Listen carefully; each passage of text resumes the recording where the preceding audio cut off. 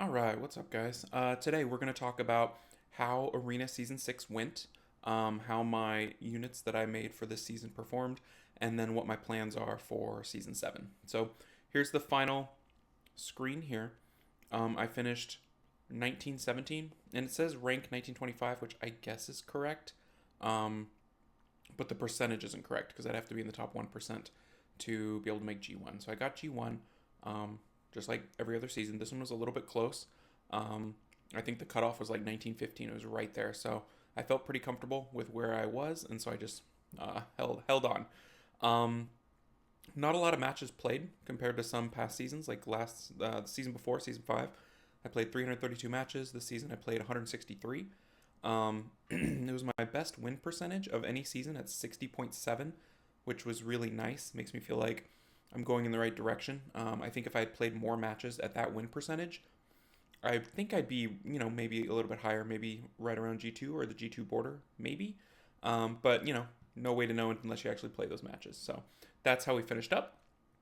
Let's take a look at the units. Last time, my main focus was on building the Triana and the Harmonia, and I believe the Helena.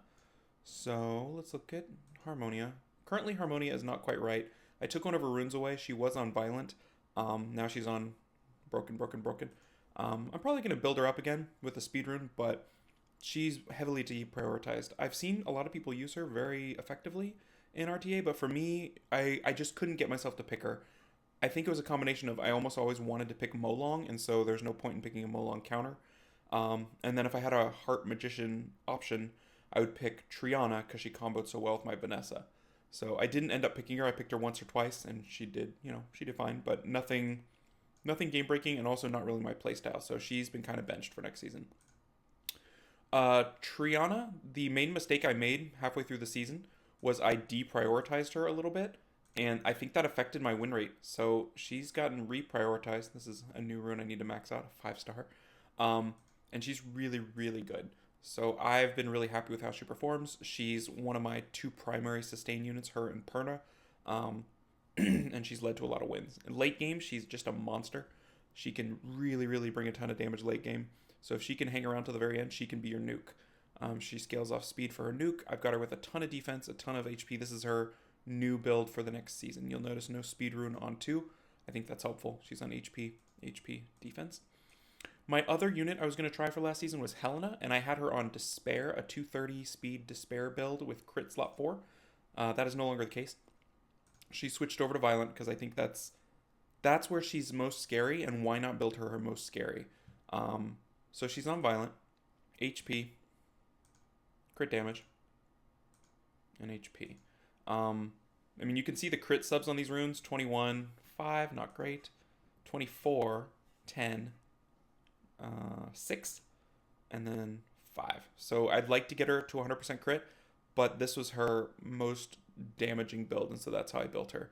It was really difficult to get her up to 201 speed. I've been playing around with her since rune removal, and it's been really nice. About 35k HP, attack a little on the low side, around 1100. Crit rate 86, crit damage 180. If she procs into a second cycle, it's almost always game over. The only issue with my crit rate being so low is I have to pick her into heavy wind teams to get her to 100% crit. I mean, it's free crit against wind, but if I bring her even to a double water team, suddenly she doesn't do what she's supposed to do, which is bad. So I've kind of reprioritized her up to maybe my second or third RTA DPS. She's really moving up the charts, and I'm really excited to get a full season with her. I gave her this shiny. This skin is one of my favorites in the game, so I had to get it. So we gave her that skin. Okay, so that's kind of how last season went. It's a lot of the units that worked last season are still going to be in use in season 7. Specifically Helena and Triana. Harmonia, again, like we said, falling off a little bit. So what's the plan? We've got slightly new plans. My Molong got a little bit of an upgrade, which was surprising. It's like a 2-speed upgrade and like a 500 HP upgrade. It's this rune, which I think is rare. Yeah, it's a rare rune that's just been shined up as shiny as I can make it. And I think that flat defense needs to reroll. I think that was a bad roll. But he's speed, HP, and here are the off runes. I mean, he's my best He's my best violent and my best will set. So 258, I think. So if I could get one more upgrade, maybe to that rune. Yeah, it pretty much has to be that rune. Has to upgrade into more speed. I don't know. Some of these runes are never going to get faster. Like that one, 26, that's as fast as I get.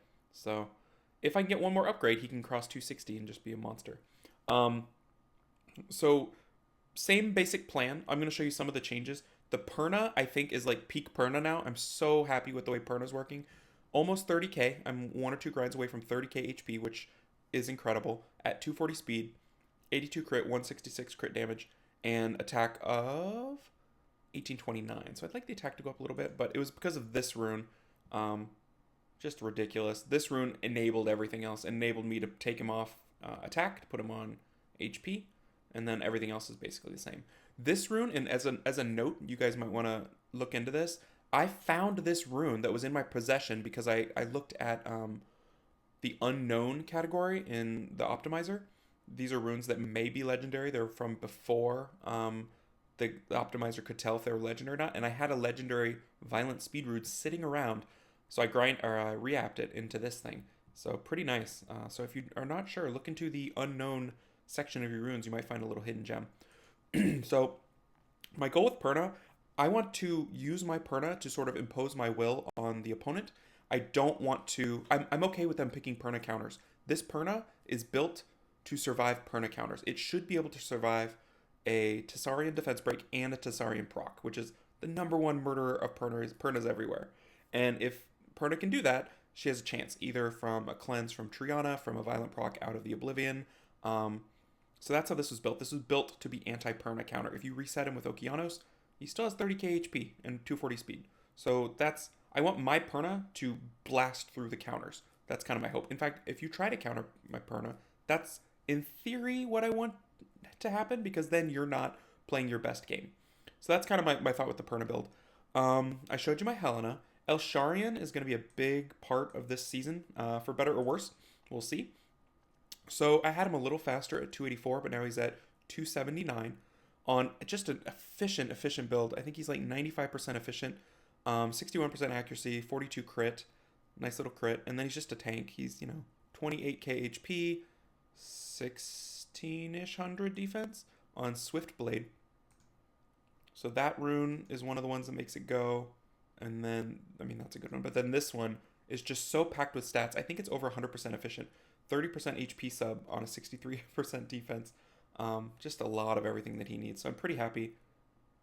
He really does have some of my best runes. I'm pretty happy with how he's ruined. And when he is on, he just destroys the opponent's strategy. So he's a heavy burn target. So a lot of matches I've played with him in Special League are, how do I keep Elsharion alive? And then he just takes everything they have, which is really fun. So that's Elsharion. Vanessa, slightly more damage. I guess I can show her. I've been slowly trying to build her slightly more damage while keeping her tanky, and I'm slowly getting there. It's kind of the same stats. This crit isn't great. Accuracy's pretty good. I don't know. It's mostly via attack, the more damage. But I'm trying to work on her. Garo got an upgrade. I want to give Garo another chance. He's just not quite elite, but he's pretty good. It's the 224 speed, I think. Yeah. And then, massive offensive stats. I would just like him to have more of everything. But he got better runes this time around because I want to try him out. Oki got a bump, but it was just speed, a little bit of speed. Let's see here. Meihu Wang. This guy is such a problem.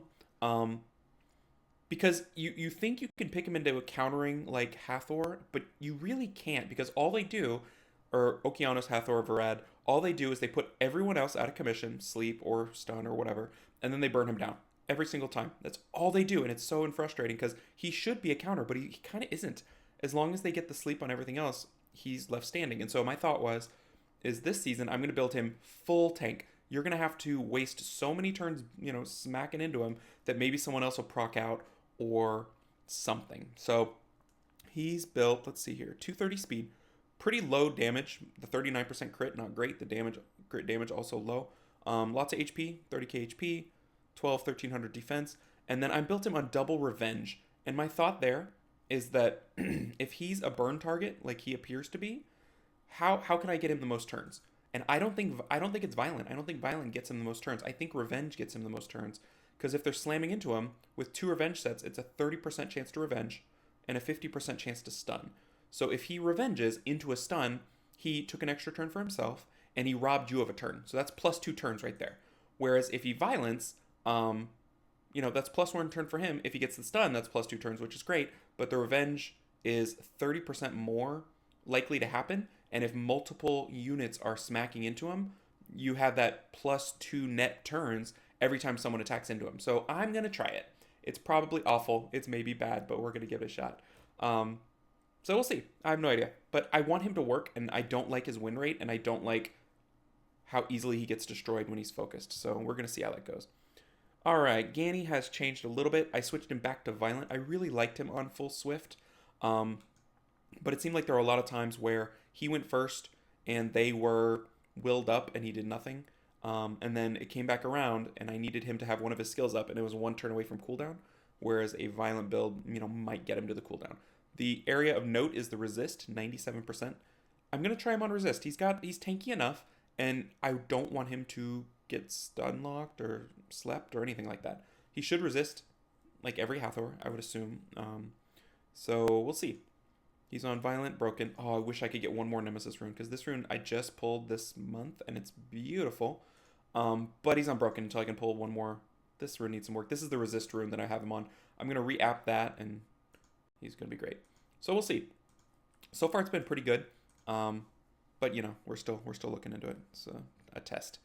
Bastet is back up to her quick ways. I think she's at 288 speed. Not as fast as she's been. She's been 297, but 288 is plenty fast. With good resist, and especially since I play with speed leads, I'm cool. I'm cool with where that's at. All right, who are we going to look at next? Fran. I want to play around with Fran this season. She's, I think, my best immunity. I don't have Veligul, I don't have Wusa, but you know what? I have Fran, so we're going to see how it goes. She's 245 speed, good HP, about 30k HP, about 1,000, 1,100 defense, something like that, and okay attack, about 1,300 attack. She's on Swift. HP, that's a nice rune, and attack, which that rune's just packed with stuff. So she's got a little bit of everything. What I think makes her great is she combos well with my Perna, who's now lacking a little bit on attack. And so, Perna gets immunity, Perna gets attack buff, things die. So we'll see. I'm pretty interested to see how she goes. So that's my other. We've got a lot of changes this month, a lot of tweaks, and then a couple new units. So pretty happy. Josephine's gotten the nerf bat via myself. She was hanging out at 250 speed last season. Now she's at 232. Still fine. Oh, there's well. Okay, I might have to look into that. There's a Nemesis rune. She's on Violent, Broken. And I don't know. She's great, but I think she doesn't need to be as fast. She was so fast. She was like my first priority, and I think she's a little more situational than that. So I bumped her down just a little bit into the more like situational area. Let's see what else we got going on. Other than that, is that kind of the last thing? Prague got a little bit of a bump. She's up to 250 speed, which is nice. Jean, I'm going to play around with a little bit more. I don't think she's heavily prioritized in this build, but 230 speed, 1100 defense, 35k HP. Accuracy is really, really bad. Violent Revenge, though. So we'll see. I'm going to try to get her into more matches. All I see is her being used everywhere and really well. So we'll give her a try. Okay, so that I think is everything that I'm planning. There's a lot, and there's maybe too many units that I'm thinking about, and I might just outthink myself on the pick ban phase, but I want options, and now I have lots of options. So hope that was helpful, just sort of talking through my thoughts, my plans, and then maybe some of my strategy. And, good luck to everybody in the upcoming season, and I hope it goes well for you. And we'll get those placement matches online as soon as the season starts. So take care, everybody.